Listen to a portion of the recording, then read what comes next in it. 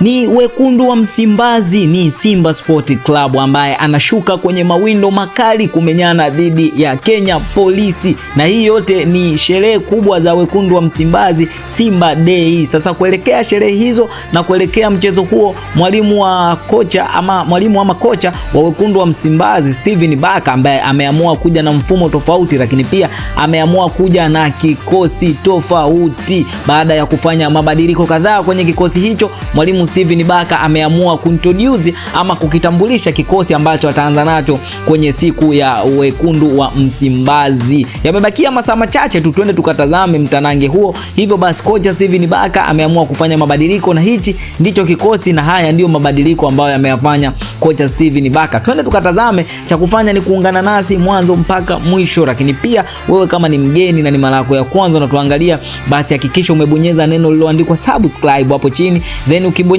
unabonyeza na alama ya kengele. Kwa kufanya hivyo, basi unakuwa mtu wa kwanza kupata taarifa za kimichezo kutoka kwetu. Sasa leo moja kwa moja tunaenda kutazama wekundu wa Msimbazi ambao wanashuka dimbani kumenyana dhidi ya Polisi Tanzania, na hii yote ni sherehe kubwa za wekundu wa Msimbazi. Sherehe hizi ambazo zinatumika kutambulisha baadhi ya nyota kadhaa ambao tayari wameshasajiliwa na tayari wameshaungana na wekundu wa Msimbazi kwa ajili ya kuongeza nguvu kwenye msimu mpya wa 2026-2027. Sasa kuelekea mchezo huu, mwalimu ama kocha Steven Baka ameamua kufanya mabadiliko kadhaa kwenye kikosi chake, na hii ni baada ya kutokana na kuwa na kikosi kipana. Nyota kadhaa wamekuja kuongeza nguvu na wengine walikuwepo, hivyo basi ukicombine together, ukiwajumlisha kwa pamoja, kinakuwa ni kikosi kipana ambacho kinawia changamoto kidogo kwenye upande wa kutafuta first 11, lakini sio swala kwa mwalimu Steven Baka. Ameamua kuanza na strong lineup na kikosi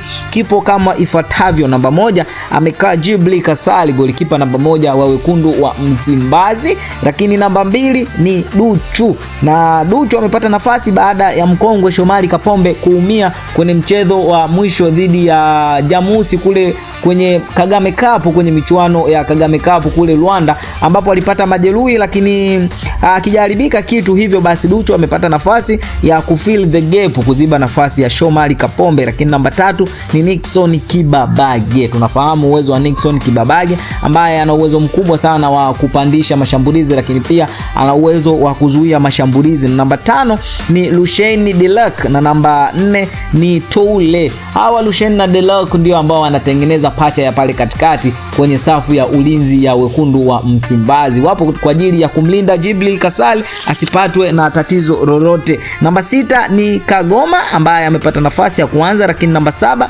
ni Geye na namba 8 ni Jabali. Ingizo jipya hili la wekundu wa Msimbazi kutokana na performance yake aliyoifanya kwenye baadhi ya mechi na mechi za kirafiki. Performance yake ndiyo ambayo imemfanya mwalimu Steven Baka kuanza naye kwenye kikosi hiki cha wekundu wa Msimbazi kwenye siku ya Simba Day. Na namba 9 ni Eli Mpanzu ambaye ameanza. Tunafahamu uwezo wa Eli Mpanzu na lakini pia kasi yake kwenye michezo kama hii ambaye anaweza kuhimili pressure. Lakini namba 10 ni Kratos Chota Chama na namba 11 ni Oula. Hivyo basi hichi ndicho kikosi cha wekundu wa Msimbazi ambacho kinaanza. Ukianza kuangalia tafsiri ya kikosi kipana ni kwamba kuna baadhi ya nyota ambao wamekaa nje wenye uwezo mkubwa sana. Ukianza kuangalia kama vile Dumbia ambaye ni sajili mpya ya wekundu wa Msimbazi, striker wa goli huyu ambaye amecheza mechi kadhaa, lakini pia amefunga kwenye michezo kadhaa ikiwemo mchezo wa kirafiki dhidi ya El Meleke ambaye alitupia goli, lakini pia ikiwemo mchezo dhidi ya Jamusi kule kwenye Kagame Cup ambapo alitupia goli moja. Hivyo basi waliokaa nje